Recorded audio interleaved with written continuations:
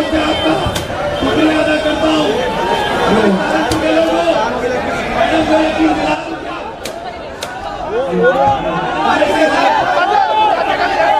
Hello,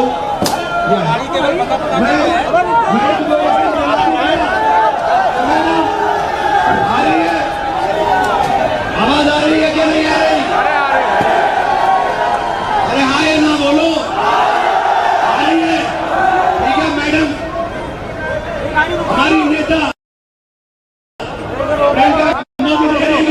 पीछे तो सब लोग आगे आ जाओ।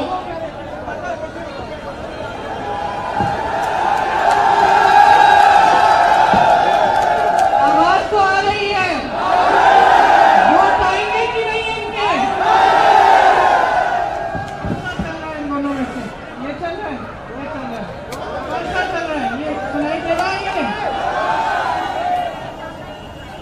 जब भी मैं यूपी आती हूँ तो बहुत खुशी होती है। आपने बहुत सम्मान दिया, बहुत प्यार दिया। खासतौर से जैसे इमरान भाई कह रहे थे, पिछली बार भी मैं यहाँ आई थी तो बड़ा उत्सव हुआ था। आज रामनवमी का दिन है, एक बहुत शुभ अवसर है, तो मैं और भी खुश हूँ कि आज मैं यहाँ आई हूँ। आप सबको मालूम होगा, वाल्मीकि रामायण में लिखा है कि रामनवमी क्यों, हम रामनवमी के बारे में लिखा है, और इससे हमें पता चलता है कि हम इस त्योहार को क्यों इतना मानते हैं। अब वॉल्यूम इतना ही है, सुन लो ध्यान से चुपचाप से सुन लो, क्योंकि गहरी बात बताने जा रही हूँ। रामनवमी क्या है? वाल्मीकि रामायण में लिखा है कि जब भगवान राम युद्ध भूमि में उतरे तो उन्होंने सामने देखा तो शक्ति, माता की पूरी शक्ति रावण के तरफ थी। मायूस हुए भगवान राम, मायूस हुए कि ऐसा क्यों हो रहा है। तो मायूस होकर उन्होंने 8-9 दिनों की तपस्या की। उन्होंने अन्न छोड़ा, व्रत रखा, और 9 दिनों के लिए उन्होंने माता की उपासना आराधना की, ये समझने के लिए कि माँ शक्ति उनको क्यों दे रही है और ये शक्ति मेरे पास क्यों नहीं है। मैं आराधना करूंगा ताकि माँ की शक्ति मेरे पास आए। तो 9 दिनों के लिए भगवान राम ने तपस्या की, व्रत रखा, माँ की आराधना की, और उन्होंने 108 नील कमल माँ के चरणों में डाले। जब 108वें नील कमल को डालने का मौका आया 9वें दिन पर, तो माता ने उनकी परीक्षा ली। वो 108वां जो कमल था उसको उन्होंने छुपा लिया। अब भगवान राम को मिल नहीं रहा था, संकट में आ गए, दुख हुआ, लेकिन उनके अंदर एक और शक्ति थी, श्रद्धा की शक्ति थी। तो उन्होंने, उनको याद आया इस शक्ति के द्वारा कि बचपन में उनकी माता उनको राजीव लोचन कहलाती थी, मतलब कमल जैसी आंखों वाले। तो जब ये बात भगवान राम को याद आई तो भगवान राम ने एक छुरा निकाला और अपनी आंख को निकालने का प्रयास करने जा रहे थे कि मैं माँ के लिए, माँ के चरणों में, मेरे पास नील कमल नहीं है, मैं अपनी आंख रख दूंगा। जैसी माँ ने उनकी ये श्रद्धा देखी तो माँ का दिल भी पिघल गया, और माँ ने उनको रोका और कहा, मेरी शक्ति तुम्हारे साथ है, तुम्हारी तपस्या सफल हुई। तो ये जो रामनवमी का जो अवसर है, हम उस तपस्या की याद में हम इसको मनाते हैं। वो तपस्या क्या थी भगवान राम की? माता के प्रति तपस्या थी, लेकिन भगवान राम को हम क्यों पूछते हैं?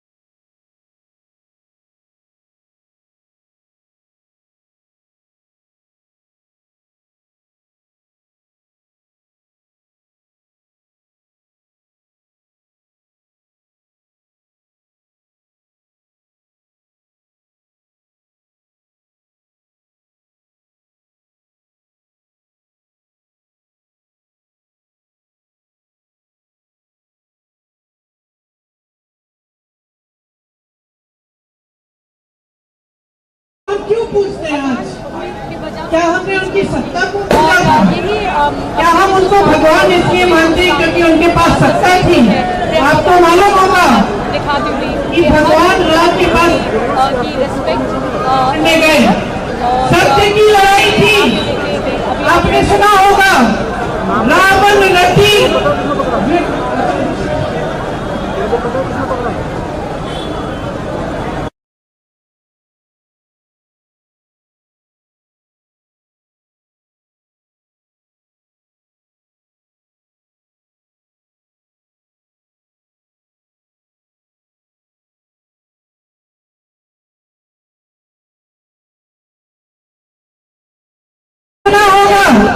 रावण रथी विरथ रघुवीरा। इसका मतलब है रथ रावण के पास था, भगवान राम के पास नहीं था। सत्ता रावण के पास थी, भगवान राम के पास नहीं थी। सोने के महल में रावण रहते थे, भगवान राम वनवास में थे। भगवान राम लड़े, सत्य के लिए लड़े, और क्योंकि सत्य के लिए लड़े, सच्ची श्रद्धा के साथ लड़े, क्योंकि परोपकार था उनमें, क्योंकि उन्होंने हमेशा जनता को सर्वोपरि रखा, जनता की सेवा करी। इसीलिए आज भी हम भगवान राम को पूजते हैं। इस देश ने सत्ता को कभी नहीं पूजा है, इस देश ने हमेशा सत्य को पूजा है। यहाँ मेरे मुसलमान भाई बहन भी है, सलाम अलैकुम आपको। आप पैगंबर जी को क्यों मानते हैं? क्या पैगंबर जी को इसलिए मानते हैं क्योंकि उनके पास सत्ता थी? नहीं, आप पैगंबर जी को इसलिए मानते हैं क्योंकि उन्होंने हमेशा आपके लिए सेवा की, आपकी सेवा की। आप पैगंबर को भी इसलिए मानते हैं कि वो सच्चाई के प्रतीक थे, वो सत्य के प्रतीक थे। तो ये देश की पुरानी परंपरा है।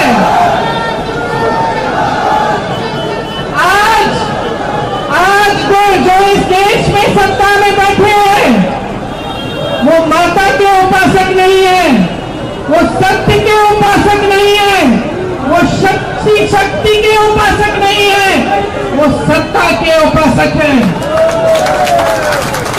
वो सत्ता के लिए कुछ भी कर डालेंगे, सत्ता के लिए विधायकों को खरीदेंगे, सत्ता के लिए चुनी हुई सरकारों को गिरा देंगे, सत्ता के लिए बड़े बड़े उद्योगपतियों को इतना पैसा दिलवाएंगे, इतनी शौहरत दिलवाएंगे, इस देश की सारी संपत्ति दिलवाएंगे ताकि वो सत्ता में रह पाए।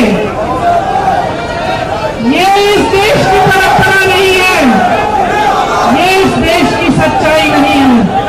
इस देश की सच्चाई वो है जो आप जी रहे हैं, जो सत्ता में है वो देख ही नहीं पा रहे हैं। आज मोदी जी के इर्द गिर्द सिर्फ उनसे हाँ में हाँ मिलाने वाले लोग हैं।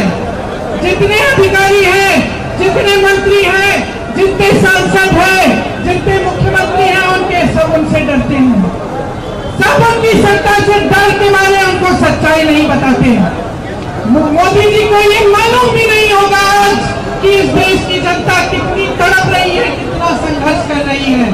इस देश की महिला के बारे में उनको ये नहीं मालूम है कि वो महिला जब दुकान जाती है सामान खरीदने के लिए, जब नवरात्रि का समय होता है, जब त्योहार होता है, जब कुछ सामान खरीदने के लिए जाती है, अपने बच्चों के लिए नए कपड़े, जूते, पूजा की सामग्री कुछ खरीदने के लिए जाती है तो खरीद नहीं पा रही है। ये बात मोदी जी समझ रही है, ये बात मोदी जी देख रही है।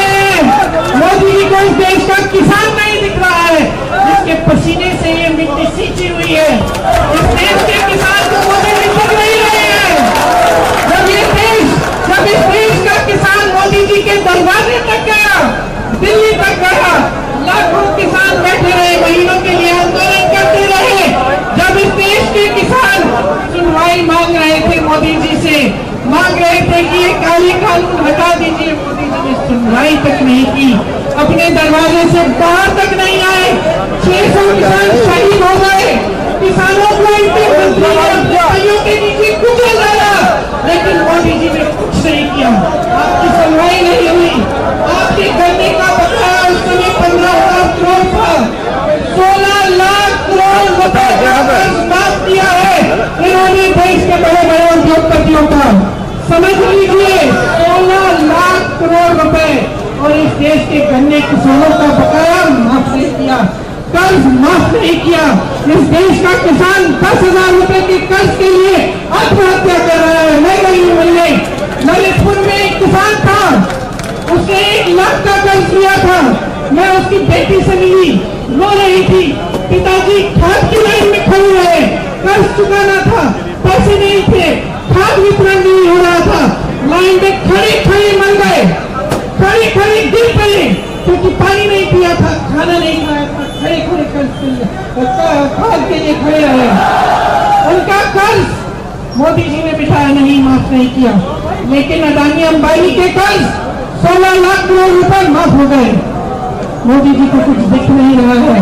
अपने आप को कहते हैं कि मैं भ्रष्टाचार के विरोध अकेला लड़ रहा हूँ, देश से समर्थन मांगते हैं, फिर इलेक्टोरल बॉन्ड क्या है? मैं पूछना चाहती हूँ मोदी जी से। कल मोदी जी ने कहा कि अब ये इलेक्टोरल बॉन्ड जो है ये पारदर्शी है, सब जानते हैं कि किसने कितनी चंदा दी। अच्छा, तो फिर आपने स्कीम क्यों बनाई मोदी जी? आपने ये इलेक्टोरल बॉन्ड की स्कीम आप ही ने तो बनाई। आपने बनाई क्यों? कि सबके नाम गुप्त रहेंगे। फिर जब सुप्रीम कोर्ट ने कहा कि ये गलत स्कीम है, इस स्कीम से भ्रष्टाचार हो रहा है, मोदी जी की सरकार को कहा, बैंकों को कहा कि सूची निकालिए चंदा की। अभी तो निकली है ये पारदर्शी सूची, नहीं तो कहां थी पारदर्शिता आपकी? आपने तो गुप्त बना दिया था सब कुछ। अब सूची निकली, सुन लीजिए भाई और बहनों, जिस कंपनी में 180 रुपए का मुनाफा, करोड़ रुपए का मुनाफा था, 180 करोड़ रुपए का मुनाफा वो कंपनी तो मोदी जी की भाजपा को दे रही है 1100 करोड़ रुपए का की चंदा। आप सब व्यापारी हैं कि नहीं? यहाँ लकड़ी का व्यापार खूब होता था, आप समझते हैं। आपकी कमाई ही 180 करोड़ है और आप चंदा दे रहे हैं 1100 करोड़ की। कहां से आ रहे पैसे? आपकी कमाई तो नहीं है, तो क्या ये काला धन को सफेद करने का तरीका था? तो जब मोदी जी ने आप सबको कतार में खड़ा कर दिया कि नोटबंदी काले धन को वापस ये कुछ साल लाएगी, आप खड़े हो गए, आपने कहा हम देशभक्त हम चाहते कि काले बनाए। क्या आया? नुकसान हुआ आपका? क्या आया? उसके बाद जीएसटी आई, नोटबंदी आई, आपकी कमर तोड़ी गई, काला धन कहा गया, अब दिख रहा है सारा। अब इलेक्टोरल बॉन्ड की जब सूची निकली तो सब दिख रहा है कि काला धन कहा गया। ये है मोदी जी की भ्रष्टाचार के खिलाफ लड़ाई। मोदी जी की भ्रष्टाचार के खिलाफ लड़ाई ये है कि देश के बड़े बड़े गिने चुने उद्योगपति मित्रों को पूरी देश की संपत्ति दे रहे हैं। देश के सारे बंदरगाह, देश के सारे हवाई अड्डे, देश के सारे बड़े बड़े कारोबार सब अडानी जी, अंबानी जी, अडानी जी, अंबानी जी। इनके बच्चों की शादियां हो रही हैं, गहने इतने बड़े बड़े कि इस गाड़ी में फिट नहीं आते, और आप कैसे कराएंगे अपने बच्चों की शादियां? बताइए, कर्ज लेके कराएंगे? चाहे किसान हो, चाहे सैनिक हो, चाहे पुलिस में भर्ती हो, कैसे कराते हैं आप शादियां अपने बच्चों की?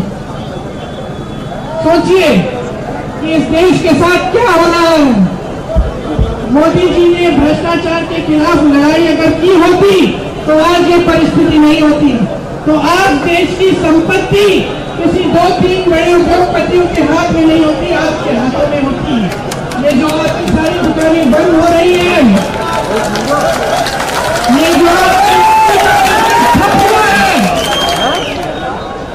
ये एक जमाने में मुझे याद है मेरे ससुर जी एक्सपोर्ट करते थे पीतल का, मुरादाबाद से पास में है, मेरे पति करते थे। मुझे याद है वो जमाना जब एक्सपोर्ट टैक्स नहीं होता था, आपको याद है? टैक्स नहीं होता था, जब आप एक्सपोर्ट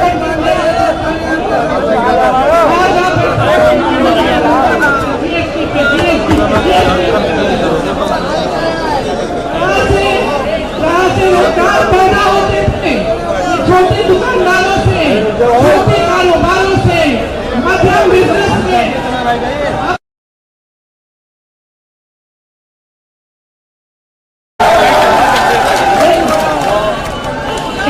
रोजगार मिलता था।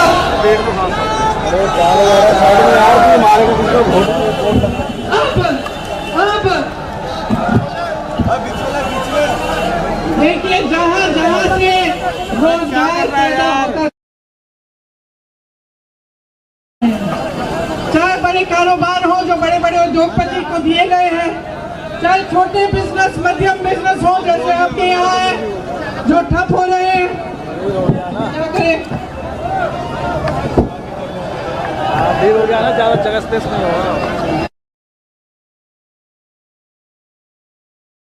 अब आ रही है